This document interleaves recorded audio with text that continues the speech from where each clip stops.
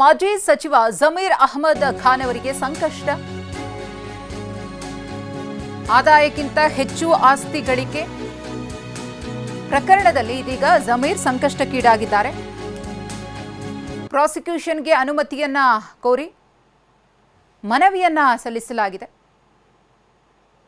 ರಾಜ್ಯಪಾಲರ ಬಳಿ ಮನವಿಯನ್ನ ಮಾಡಿಕೊಂಡಿದ್ದಾರೆ ಲೋಕಾಯುಕ್ತ ಅಧಿಕಾರಿಗಳು.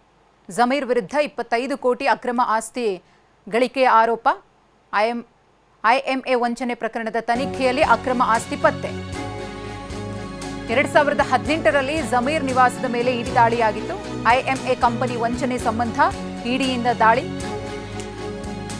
ಅಕ್ರಮ ಆಸ್ತಿ ಸಂಪಾದನೆಯ ಶಂಕೆ ಇದ್ದು ತನಿಖೆ ನಡೆಸುವಂತೆ ಸೂಚನೆಯನ್ನ ಕೊಡಲಾಗಿತ್ತು. ಎಸಿಬಿಗೆ ತನಿಖೆ ನಡೆಸುವಂತೆ ಸೂಚಿಸಿದ್ದ ಇಡಿ.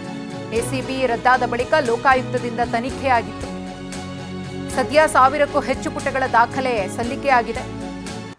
ದೋಷಾರೋಪ ಪಟ್ಟಿಯನ್ನ ನ್ಯಾಯಾಲಯಕ್ಕೆ ಸಲ್ಲಿಕೆ ಮಾಡುವ ನಿಟ್ಟಿನಲ್ಲಿ ರಾಜ್ಯಪಾಲರಿಂದ ಅನುಮತಿಯನ್ನ ಕೋರಿ ಇದೀಗ ರಾಜ್ಯಪಾಲ ಥಾವರ್ ಚಂದ್ ಗೆಹ್ಲೋಟ್ ಅವರ ಬಳಿ ಮನವಿಯನ್ನ ಮಾಡಿಕೊಳ್ಳಲಾಗಿದೆ.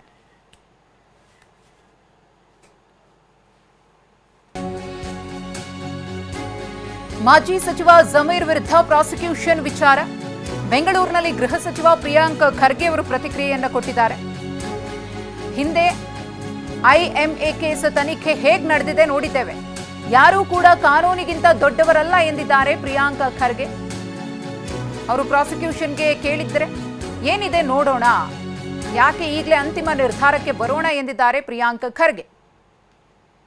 ನಾವು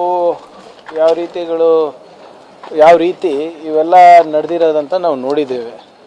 ಏನಿದ್ರು ಅವರು ಕೊಡಲಿ, ನೋಡೋಣ, ವಿ ವಿಲ್ ಸಿ. ಯಾಕಂದರೆ ಯಾರೂ ಕೂಡ ಕಾನೂನಿಗಿಂತ ಮೇಲಲ್ಲ. ಈಗ ಅವರು ಪ್ರಾಸಿಕ್ಯೂಷನಿಗೆ ಕೇಳಿದರೆ ಅದೇನೇನಿದೆ ಅಂತ ನೋಡೋಣ ಅಂತೆ. Why are we jumping to conclusions? It has to happen as per law. But ಹಿಂದೆ ಕೂಡ ನಾವು ಯಾವ ರೀತಿ ಇವೆಲ್ಲ ನಡೆದಿರೋದಂತ ನಾವು ನೋಡಿದ್ದೇವೆ. ಏನಿದ್ರು ಅವರು ಕೊಡಲಿ, ನೋಡೋಣ, ವಿ ವಿಲ್ ಸಿ. ಯಾಕಂದರೆ ಯಾರೂ ಕೂಡ ಕಾನೂನಿಗಿಂತ ಮೇಲಲ್ಲ. ಈಗ ಅವರು ಪ್ರಾಸಿಕ್ಯೂಷನಿಗೆ ಕೇಳಿದರೆ ಅದೇನೇನಿದೆ ಅಂತ ನೋಡೋಣ ಅಂತೆ. ವೈ ಆರ್ ವಿ ಮತ್ತಷ್ಟು ಮಾಹಿತಿಯನ್ನು ಕೊಡೋದಕ್ಕೆ ನಮ್ಮ ಪ್ರತಿನಿಧಿ ವಿಕಾಸ್ ಇದೀಗ ನೇರ ಸಂಪರ್ಕದಲ್ಲಿದ್ದಾರೆ. ವಿಕಾಸ್, ಜಮೀರ್ ಅವರಿಗೆ ದೊಡ್ಡ ಸಂಕಷ್ಟ ಎದುರಾಗಿದೆ. ಪ್ರಾಸಿಕ್ಯೂಷನ್ಗೆ ಅನುಮತಿಯನ್ನ ಕೊಟ್ಟಿದ್ದೆ, ಆದರೆ ಜಮೀರ್ ಭವಿಷ್ಯ ಏನಾಗಬಹುದು ಅನ್ನೋ ಕುತೂಹಲವೂ ಕೂಡ ಮತ್ತೊಂದು ಕಡೆ. ವಿಕಾಸ್,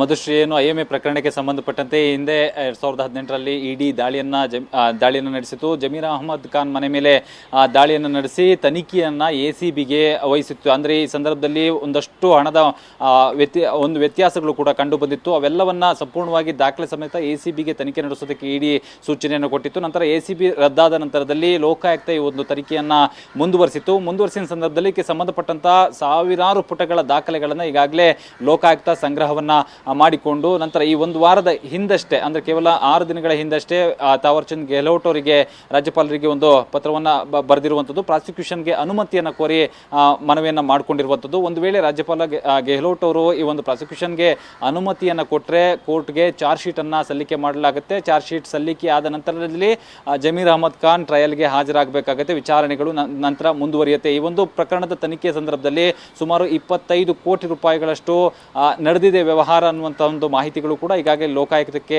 ಸಿಕ್ಕಿರುವಂಥದ್ದು. ಇದರ ನಡುವೆ ಏನು ಪ್ರಾಸಿಕ್ಯೂಷನ್ ಅನುಮತಿ ಕೋರಿದಂತಹ ಬೆನ್ನಲ್ಲೇ SP ಅವರ ವರ್ಗಾವಣೆ ಕೂಡ ಆಗಿರುವಂಥದ್ದು. ಅಂದ್ರೆ ಯಾವುದೇ ಸ್ಥಳ ತೋರಿಸದೆ SP ಅವರ ವರ್ಗಾವಣೆ ಏನಾಗಿದೆ, ಇದಕ್ಕೂ ಆ ಪ್ರಕರಣಕ್ಕೂ ತಾಳೆ ಆಗ್ತಾ ಇದೆ ಅಂತಕ್ಕಂಥ ಒಂದು ಮಾಹಿತಿಗಳು ಕೂಡ ಸಾರ್ವಜನಿಕ ವಲಯದಲ್ಲಿ ಈಗ ಕೇಳಿ ಬರ್ತಾ ಇರುವಂತದ್ದು. ಮಧುಶ್ರೀ, ಧನ್ಯವಾದ ವಿಕಾಸ್ ತಮ್ಮ ಮಾಹಿತಿಗಾಗಿ.